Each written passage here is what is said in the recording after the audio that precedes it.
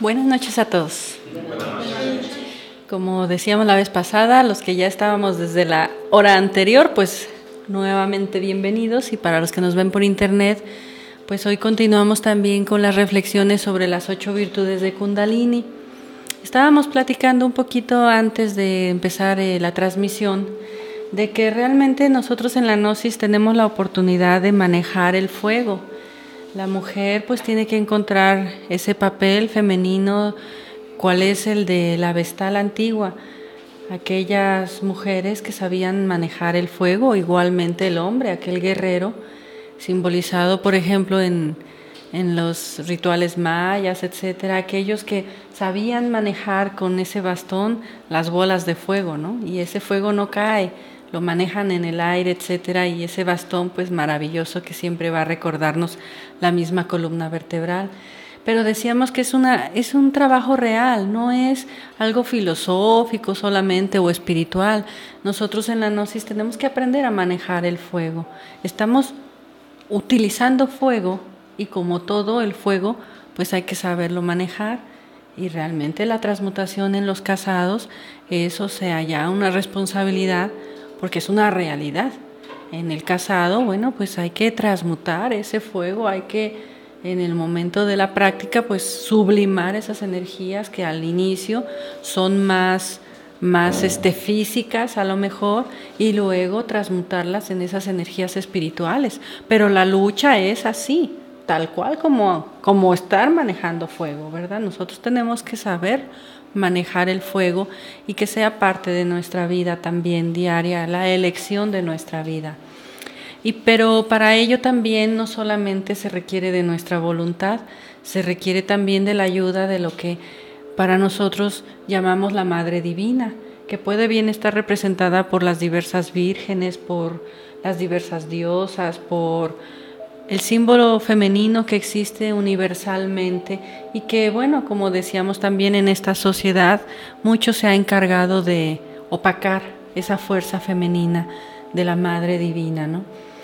Y que nos toca a nosotros también reconquistar bajo la comprensión que es nuestra Madre Divina, nuestra Madrecita Divina, la que junto con nosotros, a nosotros nos toca la voluntad física de transmutar ese fuego, ¿verdad? Como decíamos, en esa lucha, en el matrimonio, ya en el casado, pues no es un juego, es un verdadero momento en que la pareja aprende a transmutar sus energías, evitando la caída, etcétera, etcétera, a través del control de la respiración. Pero es nuestra Madre Divina la que va a hacer que ese fuego ascienda realmente, despertando los poderes ocultos. Es realmente la Madre Divina la encargada de el ascenso de esa energía creadora. Nosotros podemos retenerla y transmutarla físicamente, pero es ella la que va a dirigir el ascenso, vamos a decir espiritual, la que va a dirigir, de acuerdo a los méritos del corazón, ese ascenso, ese despertar de los, como decíamos, poderes ocultos, de los chakras, ese trabajo de iniciación, ese ascender de la energía creadora a través de lo que conocemos como Kundalini, que ya se explicaba. Kundalini como energía está dormida, es esa princesa, es esa bella durmiente que el caballero tiene que despertar con voluntad, con fuerza. Esa es la parte nuestra humana, la espada de la voluntad para transmutar las energías.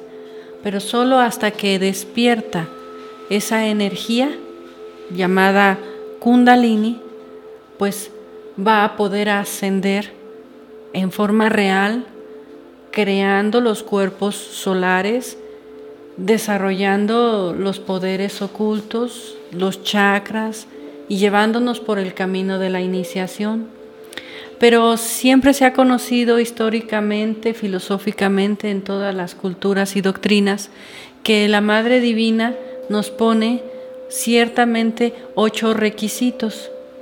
En esta ocasión vamos a recomendarles que ustedes puedan revisar por internet la conferencia de las 8 virtudes de Kundalini, que ya se ha dado anteriormente, pero que hoy queremos complementar, hoy queremos avanzar y también complementarla con lo que se conoce, si gustas pasar la slide, con lo que se conoce como el óctuple sendero.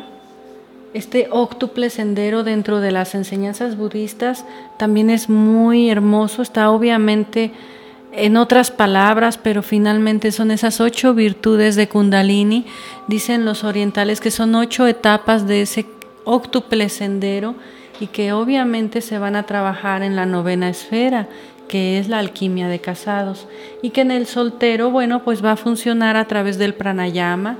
Ya hemos explicado que el soltero puede eliminar y desintegrar el 50% de sus agregados psicológicos, pero es verdad que Kundalini solo asciende en forma, vamos a decirlo, general, solamente asciende en la 9ª esfera, en el trabajo de la alquimia de casados. Ciertos personajes muy específicos en la historia, dice el maestro, pues traen recapitulando de su vida pasada y a lo mejor pueden a nivel de solteros tener un desarrollo un poco más elevado, pero en general decimos solamente en la alquimia de casados va a poderse producir ese despertar de Kundalini en una forma real, ¿no? Nosotros podemos estimular los chakras cuando practicamos las vocales y somos, por ejemplo, cuando alguien es soltero, puede estimular los chakras, pero el despertar de este trabajo solamente es en el camino de la iniciación, y la iniciación de misterios mayores comienza cuando despierta Kundalini, es decir, cuando nos encontramos a la puerta del templo, ¿verdad? En las puertas de la Jerusalén, que se dice simbólicamente hablando, es decir, cuando estamos listos para que esa energía comience su ascenso por esas 33 vértebras simbólicas, que son los 33 grados del maestro, ¿no? Entonces, ella nos pide 8 cualidades, 8 virtudes que vamos a ir mencionando. La primera se conoce como comprensión creadora. La comprensión creadora es parte de nuestra vida. Es muy necesario que nosotros aprendamos a desarrollar esa comprensión creadora, la comprensión de la conciencia. Obviamente que en una hora es difícil hablar muy profundamente, pero decía Krishnamurti que para que en nosotros pueda desarrollarse la comprensión necesitamos aprender a discernir. ¿Qué es discernir? Díganme ustedes. Distinguir, por ejemplo, entre bueno y malo, diferenciar. Muy bien. Discernir es una cualidad incluso de una parte de nuestro ser que es el Santo Tomás, ¿verdad? El que dice ver para creer, hasta que no toque tus llagas, le dice a Jesús, voy a saber qué eres. Esa parte mental que tenemos hay que transformarla, hay que transmutarla en la capacidad de discernir. ¿Entre qué vamos a discernir principalmente? Dice Krishnamurti, y también lo dice el maestro Samael, entre lo que es real y lo que es irreal. ¿Qué es lo real y qué es lo irreal? Por ahí puede ser una buena reflexión para comenzar con esta comprensión creadora que tanto necesitamos en nuestra vida. Una persona que está esperando que le den la receta, pues es una persona que no va a desarrollar la propia comprensión creadora. Nosotros necesitamos discernir, como decíamos, y también necesitamos intuir.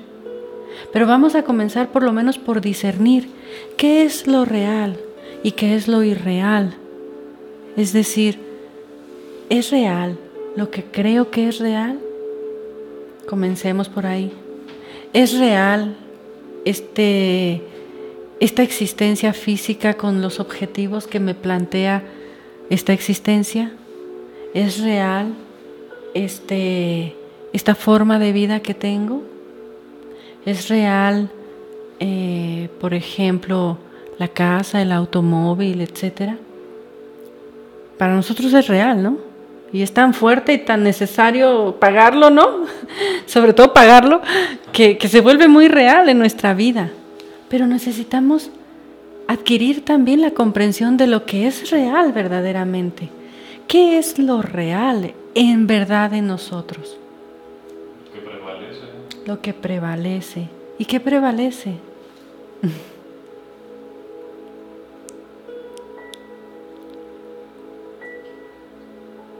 Cuando morimos, ¿qué prevalece?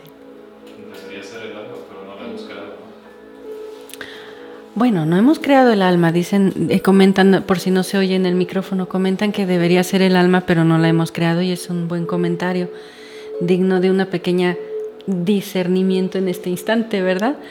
Quizás no hemos creado el 100% del alma, pero tenemos verdaderamente una chispa de alma, un embrión de alma, y eso es lo real en nosotros.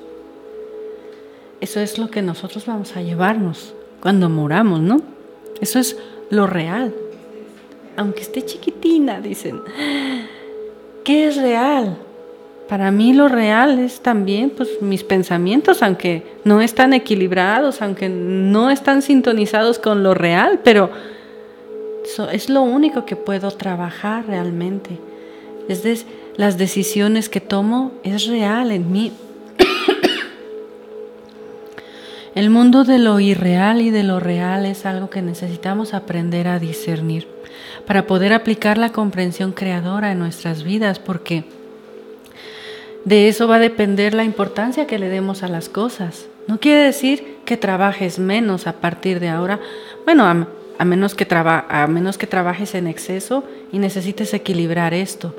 Pero no quiere decir que vas a hacer un cambio de dejar de pagar tus deudas, ¿no? Simple y sencillamente que lo real en ti tiene que aflorar como la importancia, el objetivo principal, bajo una comprensión de que así tenga 1000 casas o 1000 coches, si no soy feliz, ¿de qué me serviría? ¿Qué es lo real? Lo real es el vaivén de la economía, que me hace ser feliz o infeliz aparentemente. Cuando me va bien con la economía estoy muy feliz, cuando me va mal con la economía estoy muy mal, ¿no? Esto, si lo comprendemos, nos vamos a dar cuenta que no es real y que por lo tanto podemos empezar a ser nosotros mismos con la fuerza del ser, con la economía mal y luchando porque esté bien, o con la economía bien y luchando por no identificarme y confiarme. Preguntan que si lo real y la verdad es lo mismo. Claro, el mundo de lo real nos lleva a la verdad, pero la verdad, dice el maestro, es lo desconocido de instante en instante. Qué maravillosa frase. Yo no sé si ustedes la puedan buscar, meditar y comprender con esa comprensión creadora, porque en realidad la conciencia es lo desconocido de instante en instante. Es decir, yo no sé qué voy a hacer o cómo voy a pensar hasta el momento, hasta este instante. Lo único que me puede definir es este instante. Mi única verdad la puedo encontrar en este instante. Por eso cuando mi esposo a veces platicamos y decimos, cuando uno está buscando algo, aunque esté uno en una crisis, y esta sea espiritual, ¿verdad? Pero cuando uno está en la búsqueda y dice, pero ¿por qué Dios esto? ¿Pero será que Dios esto? ¿Será que Dios lo otro? ¿Será? Cuando nos hacemos esa pregunta, estamos más cerca de encontrar la verdad, si encontramos esa verdad en nuestro corazón. Pero si nos la leemos en un folleto y luego decimos, pues es que la verdad está allá o así o es asá, pues ya no es la verdad, porque no lo estamos enfrentando en el instante. Y por eso la comprensión creadora también es en el instante. En este instante, si me autoobservo y profundizo, me voy a dar cuenta que mi cuerpo físico no es lo real en el sentido de mi lucha interna. Sí, tengo que darle a mi cuerpo sus atenciones. Pero si mi cuerpo me dice, como dice Krishnamurti, quiero salir a pasear, ¿será lo real en mí? ¿O será mi cuerpo que me dice quiero pasear, o quiero comer, o quiero descansar, o quiero dormir? ¿Será lo real? Dice Krishnamurti un ejemplo muy interesante que estábamos leyendo. Normalmente cuando uno va a hacer una buena obra, el cuerpo le dice, no, porque qué cansancio, ¿verdad? no porque qué esfuerzo, no porque no tengo tiempo, no porque no me puedo parar, no porque yo tengo que ir allá. Y entonces uno le tiene que decir a su cuerpo, tú no me vas a impedir hacer una buena obra hoy. Entonces, ¿qué es lo real en nosotros? Creemos que quien habla que cuando nosotros hablamos es lo real en nosotros. Hasta en eso tenemos que diferenciar y entrar en esa comprensión. Es mi cuerpo el que quiere salir a pasear, es mi cuerpo el que quiere comer. Y yo le tengo que dar de comer, pero tengo que saber seleccionar lo que va a comer, ¿no? Por si me voy a comer solamente lo que le gusta, pues vean ustedes a los niños hoy en día. Los problemas de desnutrición y de mala alimentación que están teniendo cada generación con más problemas, ¿no? Pero para nosotros eso es lo real, que le tengo que dar de comer la hamburguesa al niño, ¿no? Entonces, bueno, la comprensión creadora abarca mucho, pero nosotros necesitamos buscar todo, siempre comprender. No tomar decisiones porque así lo dice el recetario o las reglas morales. Muchas veces una regla moral puede ser un impedimento si no lo sabemos comprender. Dice el maestro Samael también así. Entonces, por muy buen precepto que haya, si no lo comprendemos, no nos sirve para este trabajo interno.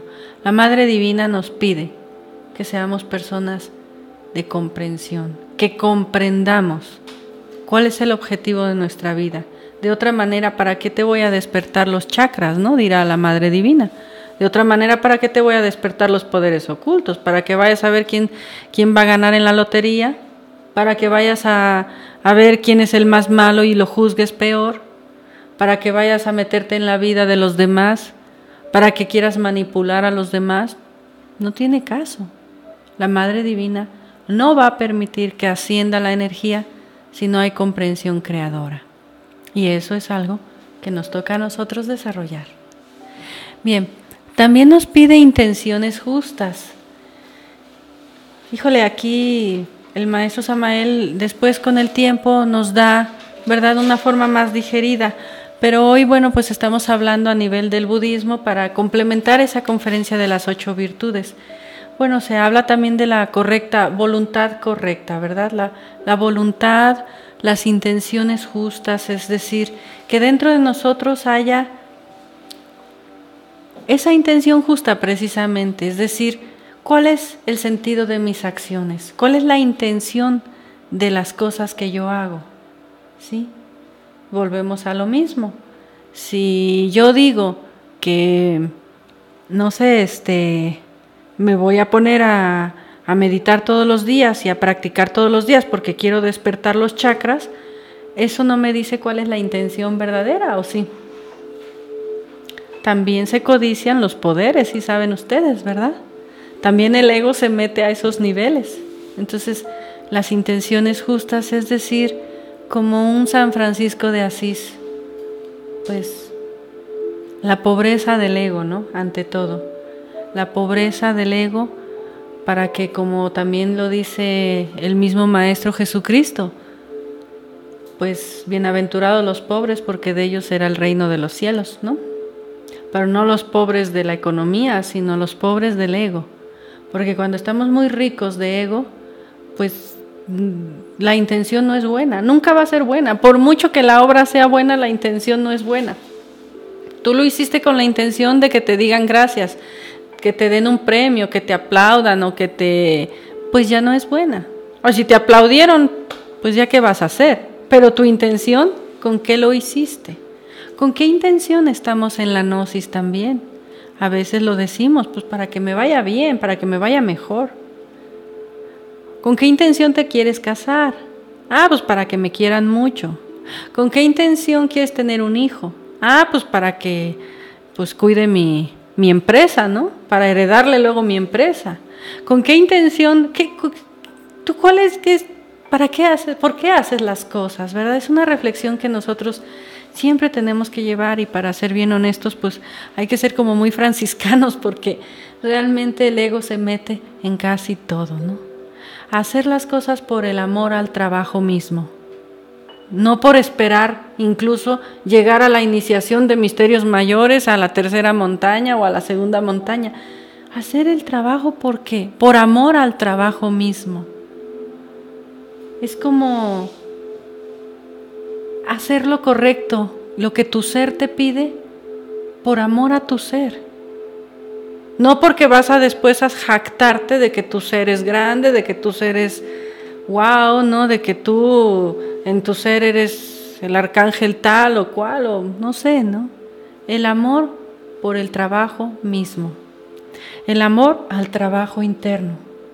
¿Por qué quieres quitarte incluso la gula? Es que todo lo tenemos que trabajar con comprensión. Pues es que me estoy dando cuenta que me quiero quitar la gula porque pues es que me estoy poniendo muy fea, ¿no?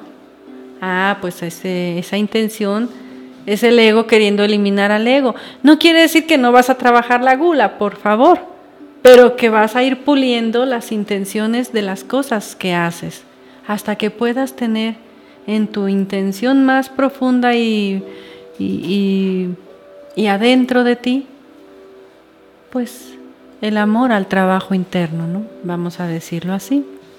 No sé si esto se comprende. Yo creo que hoy estamos haciendo más que todo reflexiones. No lo tomen a la letra muerta, por favor.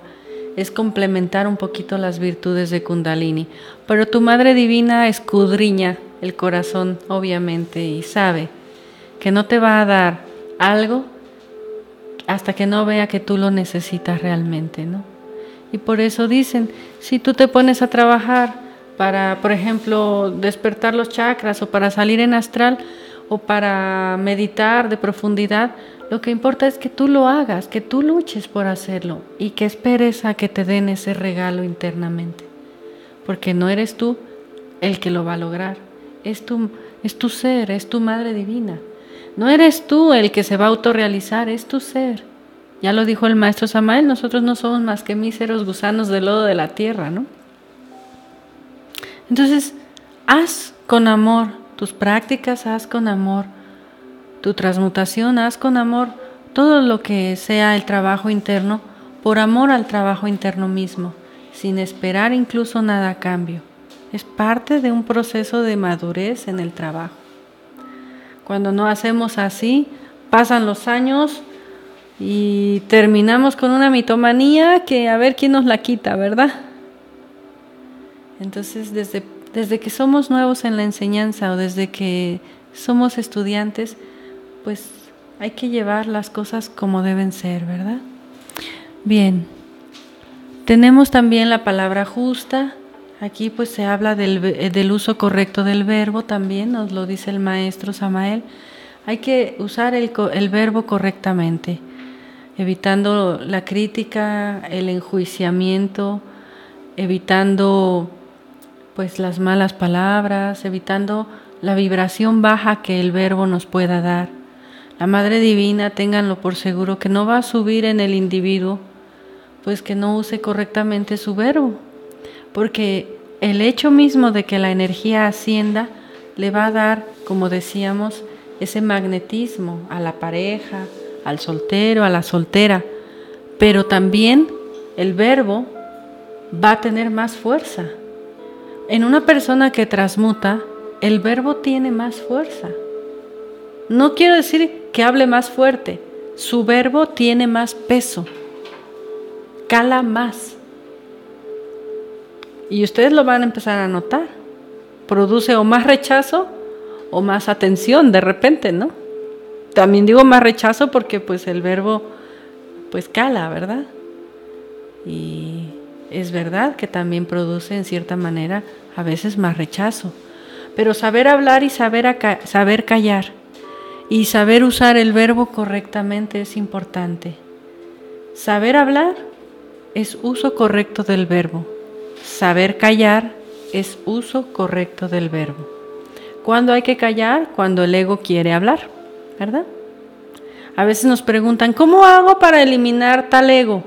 Haz justamente lo contrario a lo que el ego quiere, ¿verdad? Es una clave muy simple. Es que no puedo quitarme este orgullo, no me lo puedo quitar. Pues es que haz lo contrario a lo que tu orgullo quiere. Cuando quieras que te aplaudan, pues tú no te busques esa oportunidad, ¿verdad? Cuando quieras que te digan lo mucho que vales, pues ahí detente, ¿verdad? Y dile a las personas lo mucho que valen para ti. Es decir, haz lo contrario que el ego quiere. Y de esa manera también pues podemos usar el verbo correctamente. La Madre Divina, volvemos a lo mismo, no va a hacer que la energía suba sin estos requisitos. Muchas veces en la gnosis creemos que todo el chiste es transmutar la energía. Y ahora que acabamos de hablar con un grupito antes, les explicábamos de que hay que trabajar ese fuego con realismo, ¿verdad? Pero eso es lo más fácil.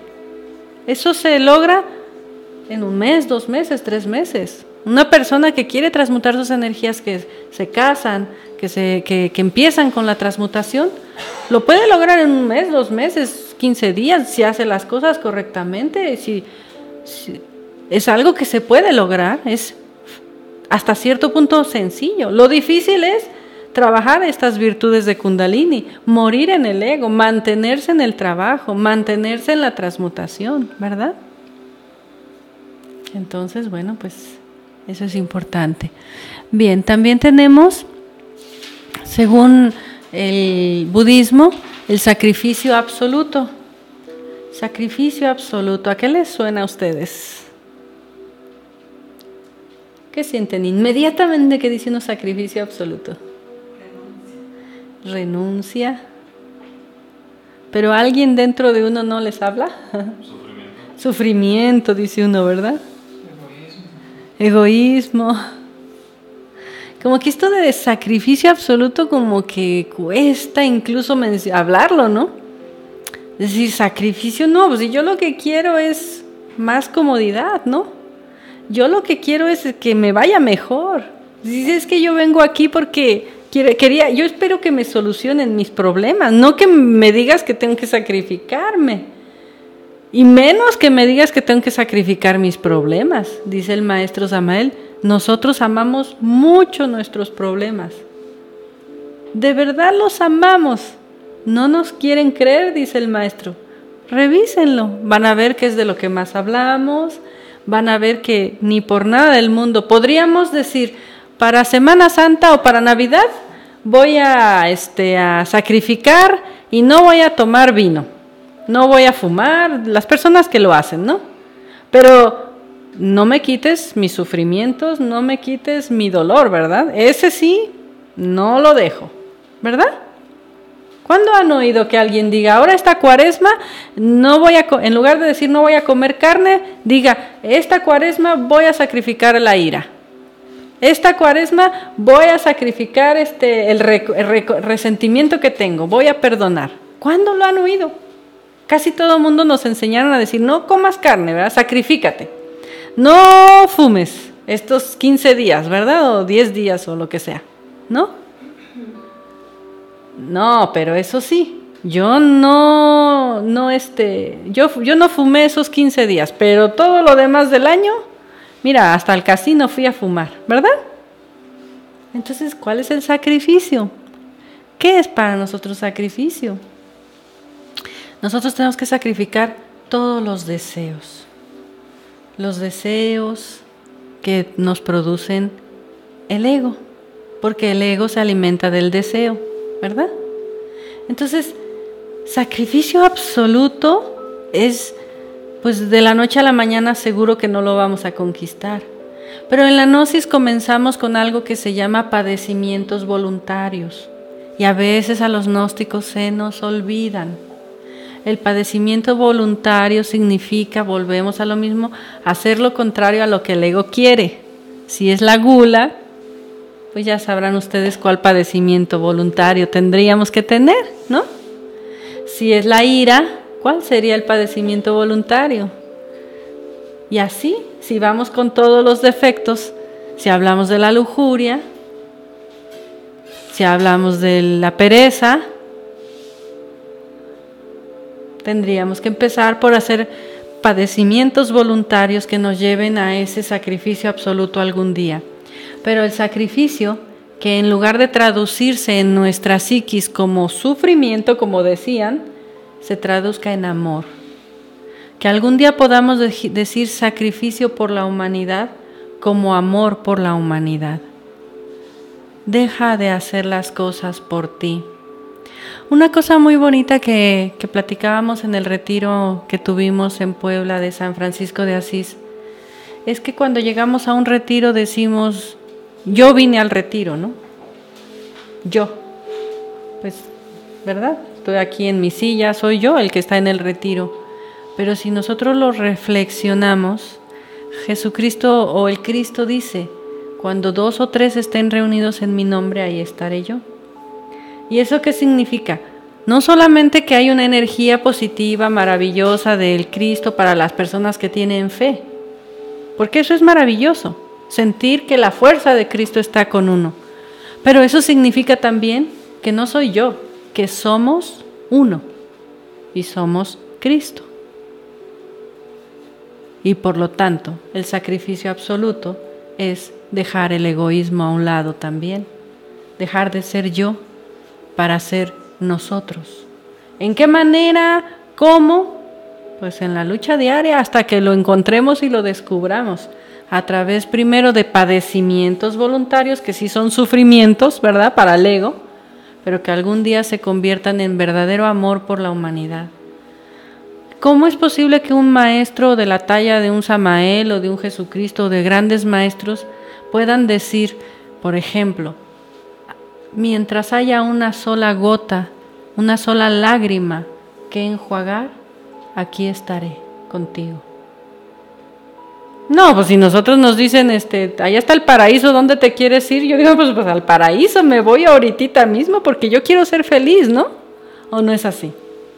Si a uno le dan a escoger entre el paraíso o el infierno de esta vida humana o social, llena de guerras, de hambre, de injusticia, de situaciones tan tremendas que se ven en las noticias y que son parte de ese Cristo que somos todos, ¿a dónde nos iríamos? No, pues a lo más cómodo.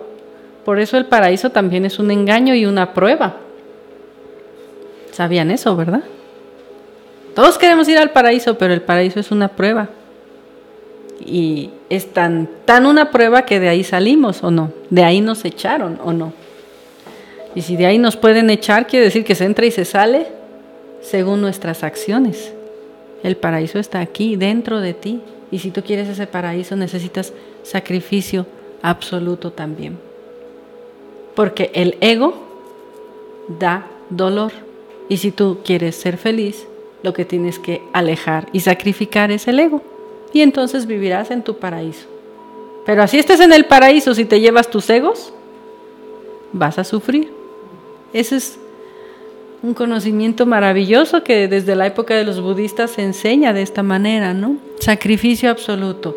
Hay que sacrificar al cuerpo físico cuando el cuerpo físico quiere sus placeres. Hay que sacrificar al cuerpo de deseos, al cuerpo emocional cuando quiere sus placeres, ¿verdad? Cuando quiere hacer su drama, cuando quiere llorar, cuando quiere enojarse, cuando quiere hacer su berrinche, cuando quiere todo, ¿no?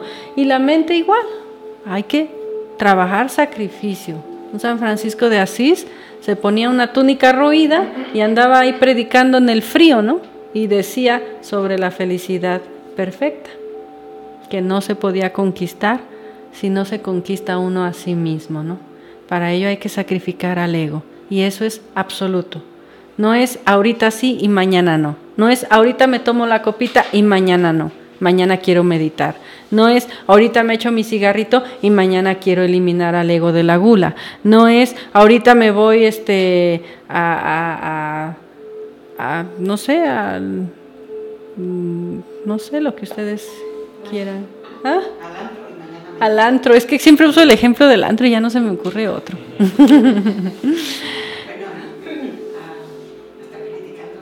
Ahorita me voy a dar el gozo de criticar con toda la hazaña que pueda alguien y mañana ya quiero meditar en el amor, ¿verdad? O sea, no es así, es absoluto, o blanco o negro, o fríos o calientes, dice el Cristo también, ¿no? Entonces, buscar el sacrificio para algún día alcanzar el sacrificio absoluto, ¿verdad? Bueno, tenemos también la recta conducta. La recta conducta es también pues parte de nuestra vida, ya se nos dice a nivel de la enseñanza, Hay que ser buenos dueños de casa, hay que cumplir con nuestras obligaciones, hay que tener una conducta recta en las acciones, hay que generar buen karma, hay que hacer buenas obras. Además de ello, hay que vivir una vida con ciertos principios, por lo menos éticos, que nos conduzcan también a una vida espiritual, es decir, principios como erradicar la mentira y tantas cosas que puede uno hablar en relación a la recta conducta, ¿verdad? Porque nuestra conducta es nuestra conducta del día, es decir, como nosotros vivimos, ¿no?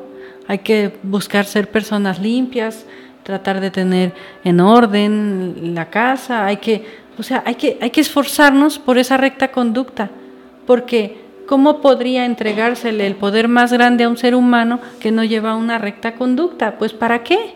Lo mismo, volvemos a lo mismo, ¿no? Entonces se nos olvida que no solamente es pagar karma, también hay que hacer buenas obras. Se nos olvida que la vida no solamente es pues mantenernos sobreviviendo, sino que hay que vivir con un sentido de vocación, vamos a decir. Es decir, mis acciones, comprender, discernir las acciones de mi vida. Son acciones que llevan a un bienestar también de los demás. Vamos a empezar por mi esposo, por mi familia, por los hijos, por los más cercanos, y que irlo extendiendo hacia los demás. Yo creo sinceramente que cuando uno muere debería de dejar un pequeño algo, ¿verdad? De decir, bueno, esto es lo que hice por los demás. Sea lo que cada quien sienta en su corazón. Y no es algo que ya lo hice hace un año y hoy ya me puedo estar tranquilo, ¿no? Es algo que es el sentido de tu vida, ¿no? Si ustedes lo van observando, va todo muy ligado, ¿no? Una recta conducta va ligada también a ese uso correcto del verbo. A veces en la gnosis, pues, vemos también con cierta tristeza, y por favor, no es una crítica ni nada, es una llamada a la comprensión, una llamada a la conciencia. Nos vamos volviendo personas que usamos el lenguaje de la gnosis y no nos damos cuenta en qué manera vamos cayendo, ¿no? En que decimos, es el karma de los demás, ¿no? Eso es una muy mala conducta nuestra. Es una muy mala conducta de un gnóstico, decir, pues es que es su karma, ¿no? Es que se lo merecía porque era su karma, ¿no? Mira, ya le cayó el karma por esto, ¿no? O como alguien dijo, cuando me encuentre una vestal que quiera colaborarme, pues no sé, ¿no? O sea, es una conducta que si uno lo analiza no es correcto hablar así ya ni siquiera de la mujer que todavía no conoces, ¿no? Y que anhelas que sea tu esposa, pero si ya desde ahorita le estás dando el trato de un objeto, ¿qué es lo que vas a traer en tu vida, ¿no? Y así podemos observar muchas cosas que a veces, porque tenemos una enseñanza filosófica, nos olvidamos de la sencillez, de la recta conducta, vamos a decirlo así. Nos olvidamos y nos vamos poniendo posiciones, puestos, lugares, y la verdad no es nada conveniente, ¿no? Yo creo que cada uno puede encontrar los ejemplos en su vida diaria también sobre la recta conducta, ¿no? Obviamente una persona que roba, pues no puede llevar un trabajo de iniciación, ¿no? Obviamente una persona dentro de esta recta conducta que no se gana correctamente la vida, pues tampoco puede tener un desarrollo interno, ¿no? Es que no coincide que yo quiera la iniciación, vamos a decir, o que ascienda la energía y despierte mis poderes ocultos y todo, y mi negocio es una licorería. ¿A ustedes les coincide? O sea, de donde yo vivo es una licorería, pero yo quiero el desarrollo interno, pues, ¿cómo está? Díganme ustedes si podría ascender. Si la Madre Divina escudriña nuestro corazón, pues es obvio que no estamos pasando la prueba, ¿no? Entonces, el uso correcto del verbo, la recta manera de ganarse la vida, Es decir, todos estos puntos influyen sobre nuestra conducta diaria, ¿no? Nuestra conducta diaria tiene que ser siempre, nos vean o no nos vean, una conducta recta. Porque también hay que cuando no nos ven, ¿verdad? Pues entonces ahí nos soltamos, ¿no? Se nos sueltan los egos. Bien. Tenemos la castidad absoluta, pues está por supuesto, dice el maestro Samael, que cuando un iniciado está en su desarrollo interno y tiene una caída, si Kundalini había ascendido 5 vértebras, bueno, si ya iba, pues no sé, en el grado de la vértebra número 20 y tiene una caída, no cae una vértebra, cae 5, 6, 7, 8 vértebras, dependiendo del grado de la falta. Está preguntando que si está relacionado las 8 virtudes con los 10 mandamientos. Sí, claro, todas son enseñanzas que nos enseñan como una, ¿cómo podríamos decir? Una guía para que en nuestra vida llevemos, o sea, una correcta vida, ¿no? Los 10 mandamientos que dice el maestro son realmente 22 y que nos habla de 12 él, donde nos dice haz que tu luz brille, por ejemplo, pues ya es un mandamiento más que nos devela, ¿no? Entonces son maneras de decir quizás lo mismo, ¿no? Pero en este caso, estas 8 virtudes del Kundalini son específicamente para el iniciado que comienza su trabajo en los misterios mayores y para pues todos como preparación en este camino iniciático. Y en relación a la castidad absoluta, pues creo que queda más claro, ¿verdad? Que solo sube la energía si se transmuta, ¿no? Si se cae, pues no hay transmutación, no hay ascenso de energía.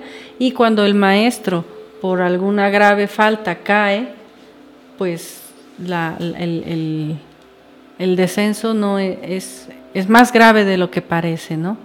Puede descender más vértebras, vamos a decir, de lo que fue, dependiendo del grado de la caída, dice el maestro Samael. Entonces, este camino es así de delicado, ¿no? Puede ir muy bien aquel adepto o aquel iniciado y de repente pues tiene un retroceso porque permitió que entrara pues esa faceta del ego, ¿no? Bien, en la siguiente tendríamos lo que sería el batallar constante contra los magos negros. Esta forma de decir que nosotros tenemos que luchar contra los magos negros no solamente es aplicable a decir, bueno, pues estamos nadando contra la corriente, ¿no? Sino que realmente, como decíamos también en alguna conferencia, todos llevamos algo de negro dentro de nosotros. Y esto significa que tenemos que batallar continuamente contra nuestros propios egos, ¿no? En esta pequeña imagen de San Francisco de Asís, pues nosotros sabemos que en la antigüedad había pues más esos exorcismos y esas situaciones porque pues se dice que el ego, ¿verdad?, de repente se manifestaba en esa manera. Y reflexionábamos y decíamos, pero en esta época, ¿por qué ya no se ve tanto eso? Pues porque el ego ya te mueve como quieren, ya eres el títere del ego, ¿no? Más que todo. Entonces, comprender eso en una época como la actual es un poco más difícil porque estamos demasiado acostumbrados a ver al ego en acción, ¿no? El ego que de repente te hace gritar enojado, el ego que de repente te hace odiar, el ego que de repente te hace caer, entonces ya está el ego llevándote y trayéndote para todos lados, y ese batallar continuo contra el ego es nuestra primicia en la gnosis. La muerte del ego es nuestro trabajo fundamental. No hay descanso, porque en el momento en que uno descansa entra el ego, ¿verdad? Entonces, ese batallar continuo es parte de la vida que nosotros estamos eligiendo, porque el ego está vivo dentro de nosotros y no nos va a dejar de dar lata hasta que muera. Y para que muera se necesita entrar a muchos niveles de comprensión, muchos pagos y muchas buenas obras también. Entonces, nuestro camino es también esa batalla constante contra la logia negra, se dice, ¿no? Bien. Y viene esta también, que es la suprema paciencia en todas las pruebas y dolores. Dice el maestro Samael, y bueno, hay algunas versiones sobre las virtudes de Kundalini que se habla sobre el amor y la paz, etcétera. Pero esta versión, vamos a decir, budista, es muy interesante porque dice suprema paciencia en todas las pruebas y dolores. ¿Esto qué nos quiere dar? ¿Qué les llega a ustedes? Suprema paciencia ante las pruebas y dolores. Ya el solo hecho de decir pruebas y dolores nos está diciendo que nos van a llegar, ¿o no? ¿Verdad que sí? Volvemos a lo mismo. Ya nosotros no somos personas nuevas que creemos que venimos a solucionar solo nuestros problemas. Sí se van a solucionar nuestros problemas en la medida que nosotros trabajemos con los 3 factores de la revolución de la conciencia. Entonces sí, toda la esperanza y toda la fuerza para decir, esto va a cambiar. Pero si yo creo que va a cambiar por sí solo y que a ver si me dan un conjuro mágico para que me vaya bien, pues ahí es donde ya tengo un error. O si creo que vengo aquí y me van a decir, tú haz esto y ya con eso te va a ir bien, pues estamos en un error. Suprema paciencia ante las pruebas y dolores. Por ejemplo, una prueba que hay en la vida de todo ser humano, esté o no esté en la gnosis, por ejemplo, se me ocurre ahorita las pruebas de la economía, las pruebas del aire. Cuando viene que no tienes trabajo, cuando viene que no tienes dinero, cuando viene que no te va bien en la economía. ¿Qué pasa con esa prueba? Vamos a decir, pues que venimos y decimos, pues la estoy pasando muy mal, ¿verdad? Qué mala estoy pasando. Y bueno, pues si comprendo la enseñanza, voy a pasar la prueba, voy a tener paciencia. Yo quería hacerles una reflexión aquí muy especial. ¿Para qué es una prueba? Para aprender, exactamente. Si yo no tengo paciencia en pasar la prueba, a lo mejor creo, como algunas personas dicen, yo ya pasé las pruebas del aire, ya hubo una época en que en mi vida me fue mal, pero ahora ya me va bien. Y creemos que ya pasamos la prueba, ¿o no? Podría ser, pero me gustaría que profundizáramos en base a esa comprensión que necesitamos y en base a ese discernimiento del que hablábamos. ¿Ya pasé la prueba? ¿Ya aprendí? ¿Qué aprendí? Y aquí hay una reflexión interesante. Hay que calificar la prueba. Dice el maestro que hay que pasar las pruebas del fuego, levantando las serpientes de fuego, pero luego hay que calificarlas y levantar las serpientes de luz. ¿Esto qué significa? A ver, alguna persona pues nueva en la enseñanza nos dice, la estoy pasando mal en la economía. Por ejemplo, alguien nos decía en el retiro que le iba mal en la economía y nosotros queríamos explicarle más a fondo, pero no había tiempo. Y le preguntábamos, ¿pero te ha faltado qué comer? ¿Alguien ha pasado así una prueba de economía? ¿No? ¿Nadie? ¿Nunca han tenido problemas económicos aquí? Oigan, qué bien. Oigan, qué bien, digo yo, me voy a juntar más con ustedes. Todos. Claro, es que mi pregunta la pregunté. Exacto, entonces, cuando alguien tiene una situación económica difícil, la pregunta es, todos han tenido problemas económicos difíciles, ¿verdad? Sí. Ok, ya estamos de acuerdo. Ahora, ¿nos ha faltado qué comer? No. ¿Nos ha faltado dónde dormir? No. Entonces, ¿qué podríamos aprender? Y les contábamos que cuando uno sale a dar la enseñanza, se hace profesor, deja su casita, deja su comodidad y se va a otra ciudad, bueno, en nuestra época así fue, y te vas sin nada y te vas sin dinero y comes frijolitos y una vez comes frijol con arroz y otro día comes frijol con papas y así dices, ese es un manjar delicioso. Lo haces con amor porque tienes la ilusión, a lo mejor, incluso lo voy a decir así, tienes la ilusión que vas a abrir tu asociación y no te importa si duermes en un cuartito en un vecindario. Y mi primera asociación, por ejemplo, yo creía que eran los grillos los que cantaban y luego me dijeron que eran alacranes y yo no tenía, o sea, la inocencia, ¿no? Que te hace sentir que tú estás feliz, porque aunque estás en un cuartito muy humilde, tú estás abriendo tu asociación y estás feliz y dices, mi primer pizarrón fue una hoja de papel bond de estas largas así que pegué en la pared, y mi primer silla para mi primer estudiante fue el bote de pintura con el que pinté mi asociación. ¿Sí comprenden eso? Entonces, ¿cuál es la diferencia entre que me está yendo mal y que no me está yendo mal? No hay diferencia, solamente la actitud, ¿verdad? El que tengas una motivación para vivir, el que hagas algo con cariño, con amor, pero esa no es la prueba, esa no es la lección. Si uno no discierne sobre ese momento económicamente difícil y uno no aprende en su corazón realmente que eso no es lo real, como decíamos al inicio, ¿saben cuál va a ser la prueba? Cuando les vaya bien. La prueba va a ser cuando les vengan a ofrecer dinero que no va de acuerdo a los principios de la gnosis. Esa es la prueba. Lean ustedes el libro de Voluntad Cristo del maestro Samael. Hay una parte donde dice, oh Buda, está en no sé cuál vértebra del cuerpo de voluntad, ¿no? Está levantando su, no sé en qué vértebra de las 33 lecciones que tiene el libro, y dice, oh Buda, no tienes dinero, tus hijos tienen hambre y tú no tienes para darles de comer. Oh Buda, te han ofrecido dinero por tu saber, porque el maestro daba la gnosis, la develó.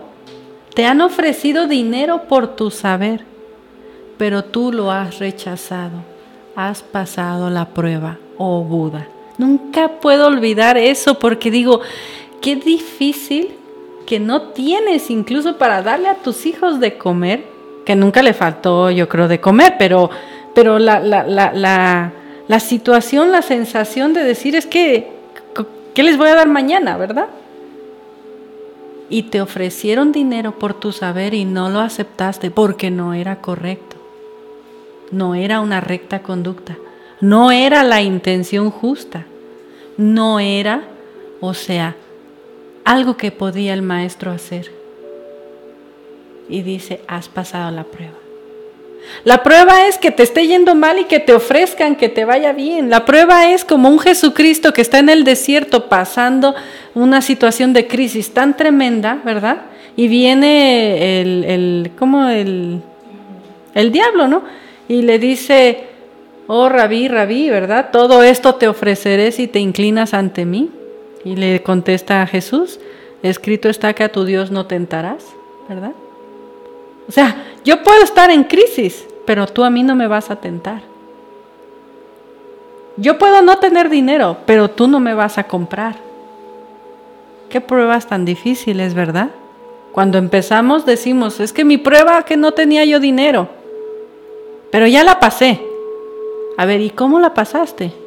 Ah, pues me traje la asociación del profesor de allá, me traje a toda la segunda cámara, ¿verdad? Me traje a todo el grupo y ahora ya me va bien, ya pasé mi prueba.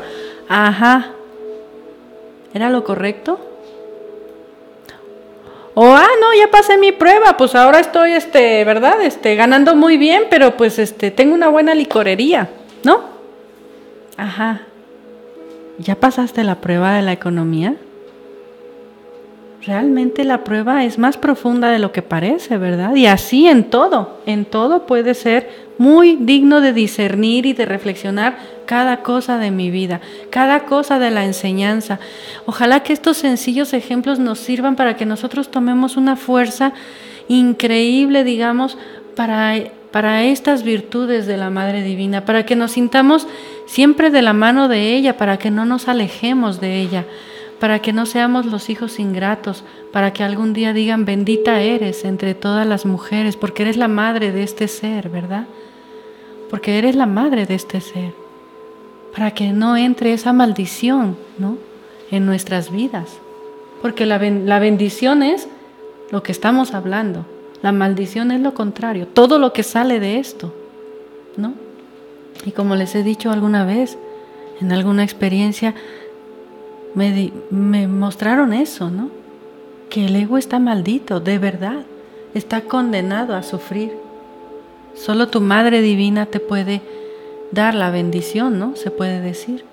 Por eso a ella se le ora diciendo: bendita eres entre todas las mujeres y bendito el fruto de tu vientre.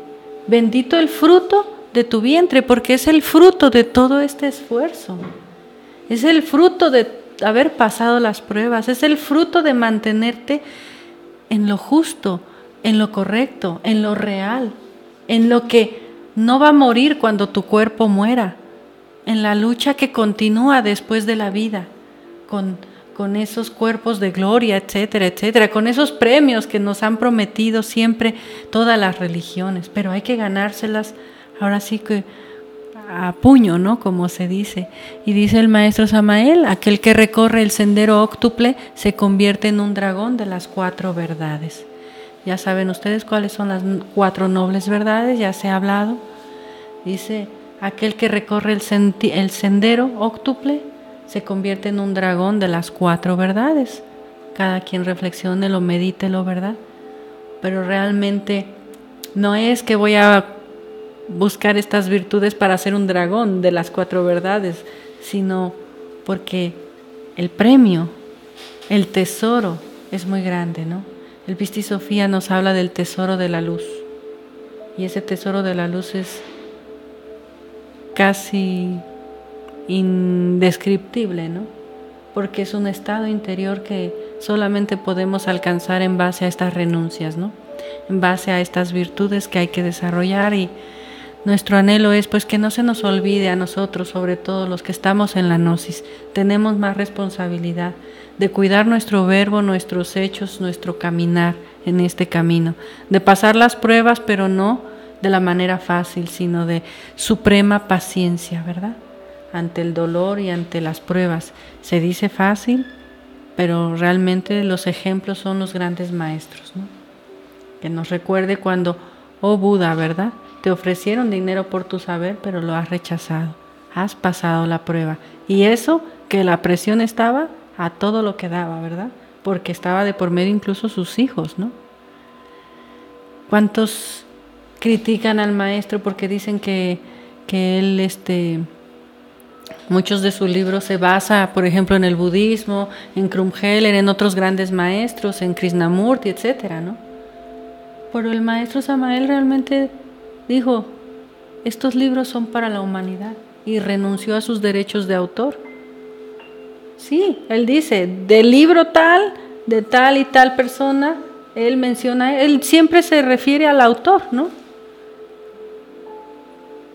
Pues más bien criticable es la otra parte, ¿verdad? La otra cara de la moneda, el que a lo mejor se enriqueció con sus libros, pero ese permaneció en el anonimato a lo mejor, ¿no? Entonces, realmente lo que tú sabes y llevas en tu corazón, pues los demás van a tener opiniones muy distintas, pero hacer la obra es muy diferente a la ilusión, ¿verdad? Hay que discernir, como decíamos, entre lo real y lo irreal. Hay que comprender el trabajo interno y hay que trabajarlo y caminarlo con amor, sin pesos, ¿verdad? Sin deseos de títulos, méritos y grados. Sí, necesitamos saber que hay grados de maestrías, pero no tenemos que trabajar por el grado. Hay que trabajar por amor al trabajo mismo, por amor a la humanidad. Y bueno, pues esperamos que haya sido un poquito útil de reflexión esta pequeña plática, y que cada uno pues pueda seguir discerniendo, comprendiendo, meditando, buscando, y que sea una vida que nunca pierde lo maravilloso de la novedad, porque cada día descubres algo nuevo en este camino, ¿verdad? Pues nos vemos el jueves. Que pasen todos buenas noches.